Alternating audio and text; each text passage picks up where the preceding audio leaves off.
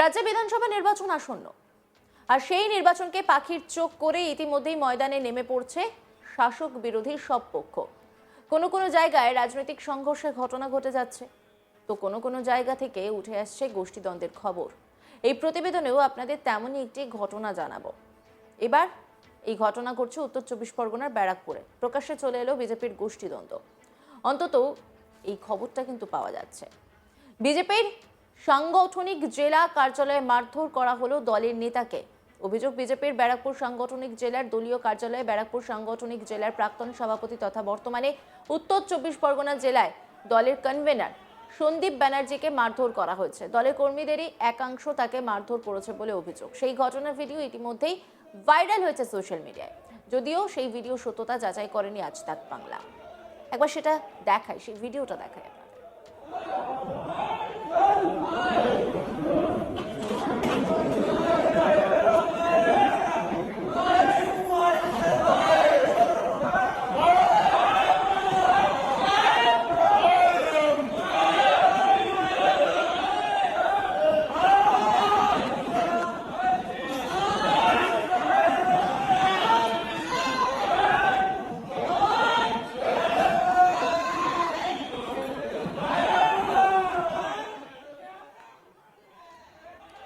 দেখলেন তো কি ঘটেছে বিজেপির ব্যারাকপুর সাংগঠনিক জেলায় দলীয় কার্যালয়ের মধ্যে।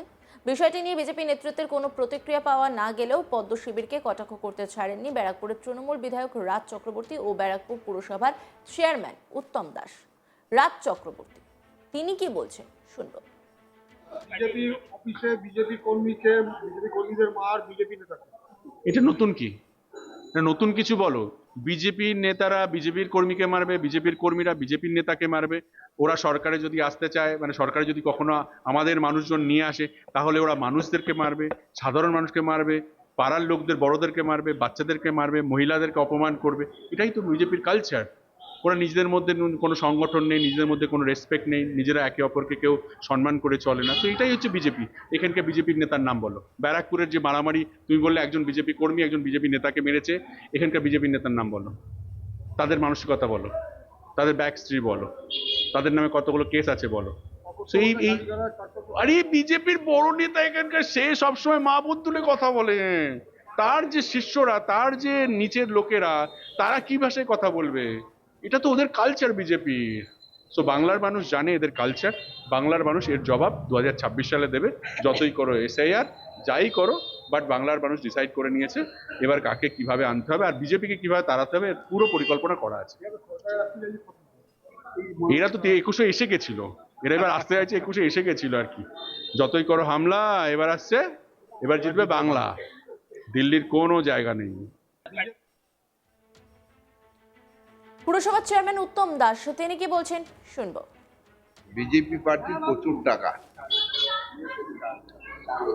আর সে টাকা হিসাবে ওদের গ্রুপও প্রচুর, যে কারণে ওরা যে টাকাগুলি আসে যার কাছে থাকে সে আর হিসাব দিতে পারে না। যে কারণে এক গ্রুপ যখন টাকা মেরে দেয় আর এক গ্রুপ সেখানে ঝামেলা করে। ওদের গ্রুপও বেশি আছে, টাকাও বেশি আছে। এই ঝামেলা ওদের আগেও ছিল, এখনো হচ্ছে, এবং আগামী দিন আস্তে আস্তে আরো বাড়বে। বিশেষ করে ক্যান্ডিডেট লিস্ট বেরোনোর পরে আরো অনেকটা বিভৎস আকার নেবে। হ্যাঁ, যে কর্মীরা মেরেছে তারও একজন নেতা আছে, যে কর্মীকে মেরেছে সেটাও তারও নেতা আছে।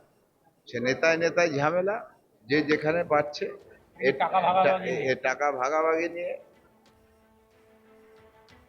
তবে এই ঘটনা বিভিন্ন মহলে প্রশ্ন উঠছে যে বিজেপি বাংলার ক্ষমতা দখল করতে এত মরিয়া, তারা যদি নিজেদের ঘরই না বাঁচাতে পারে তাহলে কি হবে। আর এই নিয়ে একটি রিপোর্ট তুলে ধরেছেন আমার কলিগ, দেখবো।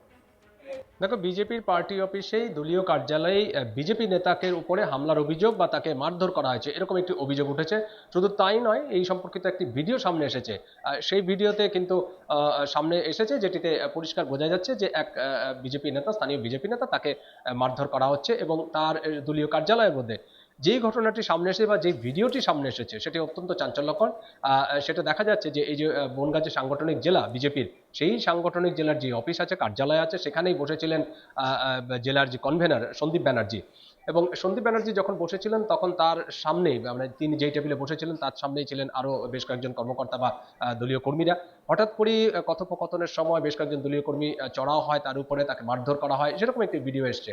এবং যদিও এই ভিডিওর যে সত্যতা সেই সত্যতা আমরা যাচাই করিনি বা যাচাই করা সম্ভব হয়নি, কিন্তু যে ভিডিওটি এসছে তা কিন্তু অত্যন্ত উদ্বেগজনক। কারণ যেরকম ভাবে গোষ্ঠীদ্বন্দ্বের ঘটনা বারে বারে সামনে আসছে বিজেপি, তা কিন্তু নির্বাচনের আগে যথেষ্ট চিন্তাজনক এই বিজেপি দলের কাছে। এবং যখনই ঘটনাটি সামনে এসছে বা সেই ভিডিও যখন সামনে এসছে তখন কিন্তু তৃণমূল শাসক দল তাকে কিন্তু নিশানা করতে ছাড়েনি। তৃণমূলের যে স্থানীয় যে নেতা এবং ব্যারাকপুর যে পৌরসভা চেয়ারম্যান উত্তম দাস, তিনি বলেছেন যে বিজেপির টাকা বেশি, তাদের তাদের যেহেতু টাকা বেশি, তাদের গ্রুপ বেশি এবং কোন্দলও বেশি। তার যেটি বক্তব্য সেটি হচ্ছে যে একটি পক্ষ বা একটি যখন গোষ্ঠী, যখন তাদের হাতে টাকা চলে আসে, তারা যখন সেটা লোপাট করে বা লুট করে নেয়, সেই সময় অন্য আরেকটি যেটা পক্ষ তারা সেটিকে বরদাস্ত করতে পারেন না, তখনই তাদের মধ্যে একটা অন্তর যে কোন্দল, সেই কোন্দল কিন্তু শুরু হয়।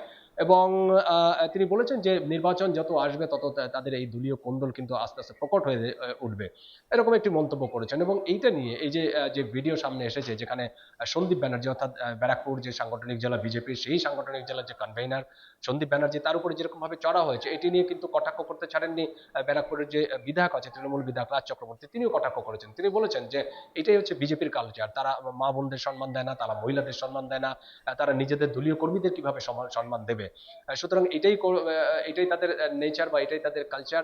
এবং তিনি এটিও বলেছেন যে যেহেতু সামনে নির্বাচন, এই নির্বাচনে কিন্তু রাজ্যের মানুষ বা বিশেষ করে ব্যারাকপুরের যারা মানুষ আছে, যারা ভোটার আছে, তারা কিন্তু ইতিমধ্যে সিদ্ধান্ত নিয়েছেন, মনস্থির করে ফেলেছেন যে এই বিজেপিকে আর নয়, এবং তারা তৃণমূলকেই বেছে নেবেন। এবং বিজেপিকে যদি তারা ক্ষমতায় আসে বা কোনোদিনও বা যদি ক্ষমতায় আনেন বা কোনো ক্ষমতায় আসে, তাহলে কি অবস্থা হবে সেটা কিন্তু এই ঘটনা থেকেই পরিষ্কার। কারণ তারা নিজেদের দলীয় কর্মীদের যেখানে সম্মান দিতে পারেন না, তাহলে সেখানে মা বোনদের কিভাবে সম্মান দেবেন, বা রাজ্যের যারা বাসিন্দা আছে, মানুষ আছে, রাজ্যবাসী আছে, তাদেরকে কিভাবে সম্মান করবেন, তাদের কিভাবে সুরক্ষিত রাখবেন, এরকম একটি প্রশ্ন তিনি করেছেন। সব মিলিয়ে এই যে সন্দীপ ব্যানার্জির উপরে যে আক্রমণ বা হামলার ঘটনা, এই ঘটনা নিয়ে বিজেপির পক্ষ থেকে এখনো কোনো মন্তব্য করা হয়নি। বিজেপির কয়েকজন কর্মকর্তার সঙ্গে আমরা যোগাযোগ করার চেষ্টা করেছিলাম, কিন্তু তারা এই বিষয়টি নিয়ে মুখ খুলতে রাজি হয়নি। কয়েকদিন আগে এরকম একটি ঘটনা ঘটেছিল, এবং সেই ঘটনা নিয়ে যদিও বিজেপির যে মুখপাত্র, জেলা মুখপাত্র আবিষ্কার ভট্টাচার্য, সেটি বলেছিলেন যে এআই এর যুগ, অর্থাৎ আর্টিফিশিয়াল ইন্টেলিজেন্সের যুগ, সেক্ষেত্রে এই এআই এর মাধ্যমে অনেক কিছুই করা যেতে পারে। ঠিক এই সন্দীপ ব্যানার্জিকে নিয়ে কিন্তু আরেকটি বিতর্ক ছড়িয়েছিল, কারণ আমরা সেই সময় দেখেছিলাম যে তিনি একটি খাটের মধ্যে শুয়ে রয়েছেন, এবং তিনি যে খাটের উপরে শুয়ে রেখেছেন ঠিক তার সামনে রয়েছে একটি টেবিল, সেই টেবিলের উপর বেশ কিছু মদের বোতল এবং বেশ কিছু খাবারের জিনিসপত্র ছড়িয়ে ছিটিয়ে রয়েছে।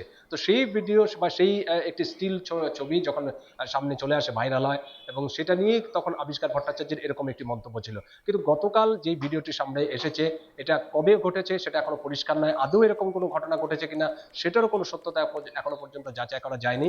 কিন্তু যে ভিডিওটি সামনে এসেছে তা অত্যন্ত চাঞ্চল্যকর, এবং সব মিলিয়ে নির্বাচনের আগে, সামনে বিধানসভা নির্বাচন, তার আগে বিজেপি কিছুটা কোণঠাসা। যদি বিজেপির তরফ থেকে কোনো মন্তব্য করা হয়নি, কিন্তু তৃণমূল বিজেপিকে নিশানা করতে ছাড়েনি। অন্যান্য খবরের আপডেটের জন্য অবশ্যই নজর রাখুন আজ তাক বাংলার ইউটিউব স্ট্রিমিংয়ে। লাইক, কমেন্ট, শেয়ার এবং সাবস্ক্রাইব করতে ভুলবেন না।